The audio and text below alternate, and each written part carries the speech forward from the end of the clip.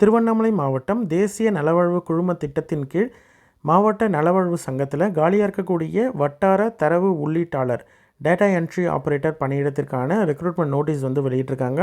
டோட்டலாக 2 vacancies announce பண்ணியிருக்காங்க. அதாவது கம்ப்யூட்டர் கிராஜுவேட் முடித்த கேண்டிடேட்ஸ், ஓகேங்களா, பிஎஸ்சி இல்லைனா வந்து பிஇயில் கம்ப்யூட்டர் சயின்ஸ் முடித்த கேண்டிடேட்ஸ், பிஎஸ்சி கம்ப்யூட்டர் சயின்ஸ் இது மாதிரி முடித்த கேண்டிடேட்ஸ் வந்து அப்ளை பண்ணலாம். கம்ப்யூட்டர் கிராஜுவேட் அல்லது எனி கிராஜுவேஷன் முடித்துட்டு டிப்ளமோ இன் கம்ப்யூட்டர் அப்ளிகேஷன் முடித்த கேண்டிடேட்ஸ் வந்து இந்த பணியிடத்திற்கு அப்ளை பண்ணலாம்.